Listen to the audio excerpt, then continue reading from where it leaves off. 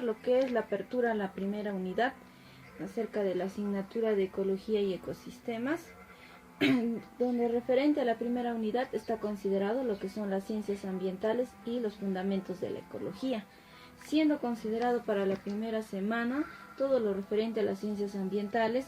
En la semana número 2 acerca de la ecología, claro, definiciones, las relaciones que tiene esta ciencia con las diferentes ciencias y las profesiones, un resumen breve acerca de lo que es la historia de la ecología y dar datos puntuales acerca de las ramas de la ecología. Para la semana número 3 estamos viendo lo que son los niveles de la ecología, y en la semana número 4 lo que es las poblaciones, ¿no? Dentro de las poblaciones encontramos lo que son las características principales, la dinámica que existen dentro de las poblaciones. Muy bien, entonces, dentro del primer resumen, nosotros tenemos pues que identificar a qué se refiere, qué es el estudio de la ecología, ¿no? Y de qué manera esta ciencia está interrelacionada con las profesiones. Muy bien, la ecología, por conocimientos generales, nosotros sabemos que va a ser pues la relación, la interrelación que va a existir entre los seres vivos y su medio ambiente. Tiene que específicamente se va a ocupar del estudio, del análisis, de la identificación, de la influencia de unos sobre otros. La ecología también se puede definir como un estudio científico interdisciplinario de la distribución y abundancia de los organismos. Interdisciplinario porque va a utilizar diferentes ciencias para el apoyo de esta ciencia. Muy bien. La ecología como ciencia siempre va a buscar lo que es el equilibrio ecológico. Eso va a ser siempre la base del estudio de esta ciencia, ¿no? Entonces, esta va a comprender o va a buscar el conocimiento del ambiente, el conocimiento de los fenómenos naturales. Vamos a buscar analizar la diversidad climática. Dentro de ellos encontramos pues a los factores abióticos que van a influir dentro de la adaptación y de la vida de los seres vivos. Entonces, ahora, esta ciencia nos va a enseñar a utilizar pues nuestra riqueza cultural, la biodiversidad que vamos a encontrar dentro de nuestro país, la variabilidad edáfica, dentro de muchos recursos que vamos a encontrar dentro de un ecosistema, ¿no? Y una vez más, mencionar que ambos tienen que buscar lo que es el equilibrio ecológico. Cuando se habla de las referencias ecológicas, vamos a hacerlo de forma general, ¿no es cierto? Antiguas civilizaciones anteriores ya poseían pues los conocimientos profundos acerca del mundo que nos rodea, ¿no? O sea, cómo funciona, cuál es la dependencia de estos seres vivos con los elementos abióticos. Dentro de nuestra sociedad actual, pues también se va a buscar la utilización de los recursos de la naturaleza como base material de los procesos de la producción primaria y los procesos industriales, ¿no? Ahí vamos a encontrar pues los procesos de agricultura, actividades de extracción, ¿no? Y buscar una vez más el equilibrio que tiene que existir dentro de estas actividades. Dentro del campo de estudio pues de la ecología vamos a encontrar pues que esto va a ser producto de muchos años de investigación, tanto naturalista como biológica. Recordando siempre que a los dos pioneros de investigación naturalista vamos a encontrar a Jean-Baptiste Lamarck y a Charles Darwin, ¿no? La ecología ya como ciencia, el surgimiento, ¿no? Como ciencia, pues vamos a decir que es muy reciente. Ya anteriormente era considerado como disciplina, pero ya siendo considerado como ciencia, pues data, dice, a inicios y a finales de lo que es el siglo XX. Con lo que hace a referencia a lo que es la historia de la ecología, lo vamos a determinar acerca de las terminaciones que van a tener pues un anexo a lo que son las ramas de la ecología. Más datos generales acerca de la breve reseña histórica en el material de estudio que se va a colgar en plataforma. Ustedes van a poder revisar con mayor detalle, que ahí se les va a colgar también un material anexado obviamente a la tarea académica que ustedes van a realizar. Entonces, en el año de 1866, ¿no es cierto?, el famoso biólogo alemán Ernest Haeckel, es el primero que va a introducir el término de ecología, ¿no? Y lo va a determinar como una nueva ciencia a la que va a estudiar a los seres vivos con la relación de su medio ambiente. Para el año siguiente, ¿no es cierto?, de 1866 data a lo que es 1900, surge el término autoecología. ¿No? ¿A qué se refiere? Pues va a ser el campo de estudio de la ecología que se centra netamente en los organismos, en individuos, la relación de un solo individuo en su medio ambiente. Para partir del año 1900 a 1927 encontramos a lo que es el término democología, o también conocido como el estudio de poblaciones, ¿no? Esta se va a crear con una nueva perspectiva a partir del comportamiento de las poblaciones biológicas y obviamente la interacción que éstas van a tener con su medio ambiente. 1927 a 1930 surge la ecología geográfica, ¿no? Que es un estudio científico de la distribución y abundancia de los organismos en determinados territorios. En 1930 a 1950 vamos a encontrar lo que es la cinecología. Esta ciencia, pues, ¿no?, o esta rama también que va a ser conocida posteriormente, va a buscar la unificación de los términos ecológicos, ¿no? Y surgió justamente, pues, la ecología como ciencia a partir de esta teoría de sistemas. ¿Ya? La teoría de sistemas pues va a ser parte importante de este estudio, ya que esta teoría menciona lo siguiente, ¿no? Que cada sistema va a estar pues compuesto por diferentes elementos y estos se van a interrelacionar en conjunto para dar un funcionamiento final. Igualito, en lo que es los ecosistemas, pues van a haber varios factores que se van a interrelacionar para un funcionamiento dentro de un territorio o dentro de un medio. Y en 1972, ¿no es cierto?, para adelante, pues ya se va a dar lo que es el estudio netamente y la estructura y la función de la naturaleza, donde el ser humano va a formar parte importante, ¿no? Y a esto se le va a denominar como lo que es la ecología. A partir de esta referencia histórica de los términos, pues van a ser las ramas de la ecología. Existirán ahí como es la ecología microbiana, por ejemplo, ¿no? Que va a estudiar a los microorganismos de los diferentes ambientes, ¿no? Como van a existir en el aire, en el agua y en la tierra, ¿no? Va a existir la famosa economía ecológica, que va a integrar las ciencias económicas y la ecología y utiliza como herramientas pues a las tablas de vida, ¿no? A los procesos estadísticos, numéricos, para determinar algunas determinaciones ecológicas, ¿no? Existe también como rama de la ecología lo que es la agronomía y pesquería ecológica. Pues esta disciplina la que busca es la relación de la explotación de estos recursos naturales, que una vez más tiene que buscar el equilibrio ecológico, ¿no? La autoecología, lo que ya se estaba mencionando en una del estudio de las referencias históricas, pues hace el estudio netamente de las relaciones que va a tener un organismo, una sola especie dentro del medio que se desarrolla. La cinecología, pues también va a tener lo que es el estudio de las relaciones de las diferentes especies pertenecientes al mismo grupo y al medio en el que viven. La dinámica de poblaciones, que es un tema para la semana número 4 justamente, ¿no? Va pues a estudiar las causas, las modificaciones de abundancia, de disminución de una especie dentro de un medio. La ecología aplicada pues es la tendencia moderna, ¿no?, a la proyección que tenemos de la naturaleza, el equilibrio y el medio, y aquí lo que el humano, nosotros damos un manejo sostenible a lo que es los medios, ¿no? En este caso los medios ecológicos. Y otra rama, entre otras, porque existen otras, la ecología de sistemas, ¿no? Que va a partir justamente pues de la teoría de sistemas, ¿no? Que aplican los modelos matemáticos, ¿no es cierto?, los modelos para poder comprender lo que es la compleja dinámica de la problemática ecológica.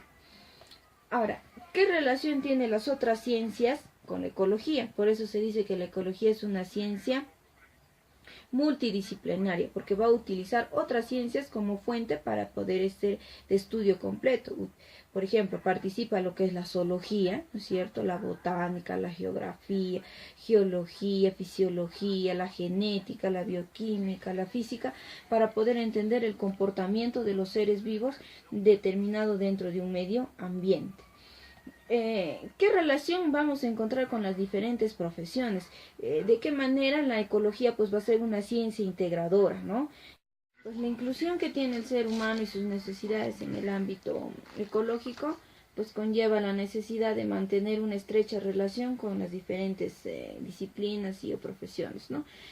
Para poder integrarles. Por ejemplo, la sociología, la etnología, la antropología, el derecho, ¿no es cierto? Inclusive hay acerca del derecho ambiental, la política, la lingüística, la legislación, la normatividad, entre otras, ¿no? Dentro del siguiente temario nosotros tenemos que identificar cuáles son esos niveles de la ecología. Entonces, nosotros para poder identificar los niveles, pues vamos a recordar un poquito acerca pues también de la base de la ciencia, en este caso de la biología. Y de aquí en adelante tenemos que determinar cuál es la separación que se va a encontrar a nivel del estudio de la ecología, porque tenemos que recordar que la ecología pues participa, está dentro de una de las ramas de la biología como ciencia de estudio. Muy bien, dentro del nivel atómico, ¿no es cierto? Vamos a encontrar los diferentes átomos, ¿no? Por ejemplo, el átomo de hidrógeno, oxígeno, carbono, nitrógeno, el flúor, el silicio, todos los átomos de forma individual. Ahora, agrupando estos átomos vamos a conseguir a las moléculas, ¿no? Por ejemplo, la molécula más famosa, la molécula de agua, ¿no? Que es la integración tanto del hidrógeno como del oxígeno. Otro, lo que son las macromoléculas, ya es la asociación que va a tener de estas moléculas considerados por ejemplo como son los glúcidos, los monosacáridos, los disacáridos, los lípidos, ¿no? Que va a ser la integración de varias moléculas en conjunto. Ahora, dentro de ello encontramos a lo que son los organelos o conocido también como subcelular. Dentro de los organelos pues encontramos, ¿no es cierto?, por ejemplo a la mitocondria, a las vacuolas, a los centriolos, el aparato de Golgi, entre otros. Y al nivel celular pues encontramos a las diferentes células, ¿no? Pero estas células van a tener ciertas características, ¿no es cierto? Tienen que ser unidades funcionales y anatómicas de una estructura, ¿no? Por ejemplo, las células vamos a encontrar ejemplos, ¿no? Por ejemplo, los leucocitos, los eritrocitos, osteocitos, linfocitos, los miocitos, entre otros tipos de células, ¿no? Por ejemplo, las neuronas también, ¿no? Que podemos encontrar. Ahora, este conjunto de células, ¿no es cierto?, nos va a dar pues los famosos tejidos, ¿no? La agrupación de estas células que van a tener ciertas características nos van a dar a formar los tejidos. ¿Qué características tiene que tener? Recordemos, una célula para llegar a ser el conjunto de estas un tejido. Tiene que ser misma unidad anatómica, misma unidad funcional, tiene que ser misma unidad estructural para que éstas generen un funcionamiento dentro de un tejido, ¿no? Por ejemplo, las células, los eritrocitos, conocidos como los glóbulos rojos, todas ellas en conjunto poseen las mismas características y todas realizan una sola función, ¿no? Ahora, este conjunto de tejidos nos van a dar lo que son los órganos, ¿no? Y ya sabemos que estos órganos, pues, son unidades de funcionamiento para el cuerpo, ¿no? Para este caso, para el individuo, ¿no? Ahora, esta agrupación de lo que son los órganos nos van a dar los sistemas o los famosos aparatos, ¿no es cierto? Por ejemplo, en conjunto estos órganos de funcionamiento, por decir, encontramos el sistema nervioso, ¿no? Encontramos las diferentes células nerviosas, los tejidos nerviosos. Por ejemplo, podemos encontrar al sistema digestivo, los diferentes órganos que conforman el sistema digestivo, desde la boca, el esófago, el estómago, los intestinos, etcétera, ¿no? Ahora, este conjunto de órganos y sistemas nos van a originar un individuo o un organismo, ¿no? Ejemplo, puede ser un ser vivo, un elefante, un cánido, un ave, un crustáceo, diferentes organismos que se van a encontrar dentro de un medio, ¿no? Ahora, a partir de aquí vamos a nosotros a sesgar, ¿no es cierto? Porque a partir de aquí ya surge lo que es el estudio a nivel de la ciencia de la ecología. La ecología ya va a estudiar al individuo, vamos a recordar que va a tener la relación con su medio. Entonces, este individuo en conjunto forma lo que es una población y esta población también va a tener características que vamos a determinar para la siguiente sesión o la semana número 4, ¿no? Que es la dinámica de poblaciones. Conjunto de estas poblaciones pues nos termina la famosa comunidad. Esta comunidad ya va a ser la interrelación que existe de las diferentes poblaciones dentro de su medio. Vamos a encontrar a este conjunto de comunidades lo que es el ecosistema, ¿no es cierto? Ese ecosistema que va a estar formado pues por las diferentes ya funciones, estructuras, dinámicas que va a existir de los diferentes seres vivos, ¿no? Y finalmente pues encontramos lo que es la biosfera, que es pues nuestro planeta donde nosotros nos encontramos. Eso es referido acerca de los niveles de la ecología. Hay que diferenciar de dónde ya parte lo que surge el estudio de la ecología y dónde todavía es parte del estudio de la biología, ¿no? Porque eso es simplemente para poder nosotros recordar. Cuando se habla acerca de lo que son las poblaciones, ¿no? Ya hemos recordado, ¿no es cierto?, que va a ser pues ese conjunto, o se va a entender población, ¿no es cierto?, al conjunto, al grupo de individuos que van a vivir dentro de un área determinada. Durante un mismo periodo van a pertenecer a la misma especie, van a tener la capacidad de perpetuar su especie, que es la habilidad de la reproducción, ¿no? Entonces, cuando se habla de una misma especie, por decir, se estudia un conjunto de elefantes, todos estos pertenecen a una misma especie. Se estudia un conjunto de nutrias, todos estos pertenecen a una sola especie, ¿ya? Ejemplo, población humana, población de lobos marinos, en la flora puede ser una población de alisos, ¿ya? Es ese conjunto de especies. Ahora, estas especies, ¿cómo se van a determinar dentro de un lugar geográfico? Ahí vamos a encontrar dos grandes términos, lo que es el hábitat y lo que es el nicho ecológico. ¿Cuál es la diferencia entre estos dos términos? El hábitat, pues, es donde viven, ¿no es cierto?, donde se encuentra una población establecida. Estos individuos, pues, se encuentran ahí dentro de esta área todo lo necesario para su supervivencia, lugares como para poder resguardarse, para poder reproducirse. Eso viene a ser lo que es el hábitat. Y cuando se refiere a lo que es el nicho ecológico, el nicho ecológico está determinado a la función que desempeña una especie dentro del ecosistema. Es en otros términos, es decir, de qué se alimenta, qué individuo o qué especie le sirve como alimento a esta especie superior y donde también se encuentra habitando. Por ejemplo, en este nicho ecológico nosotros podemos poner como ejemplos, por ejemplo, a la garza. Si dice qué función desempeña, de qué se alimenta, cuál es el individuo de alimentación para esto, nosotros diremos que la garza pues se alimenta de peces. Y si nosotros preguntaríamos cuál es el nicho ecológico de los peces, de las garzas, ustedes dirían que pues esto es la alimentación o a partir de los peces. ¿Cuál es el nicho ecológico, por decir, para un pato? Pues estos van a consumir pequeños animales del fondo, ¿no es cierto? Y algunas plantas, ¿no? Entonces, eso sería su nicho ecológico. Entonces, cada animal va a tener una función. Este término también es conocido como la profesión de cada animal, ¿no? Por ejemplo, especies felinos superiores como son, pues, los leones, los leopardos, todos estos tipos de felinos, por ejemplo, ¿qué profesión desempeñan? Por decir, carnívoros, ¿no? Porque se van a alimentar de otra subespecie menores que ellos, ¿no? Ahora, otras características que vamos a encontrar son acerca de la densidad de una población. Cuando nosotros determinamos una densidad, ¿de qué manera esta población está distribuida dentro de un espacio? Y cuando existe un crecimiento o una disminución de una población.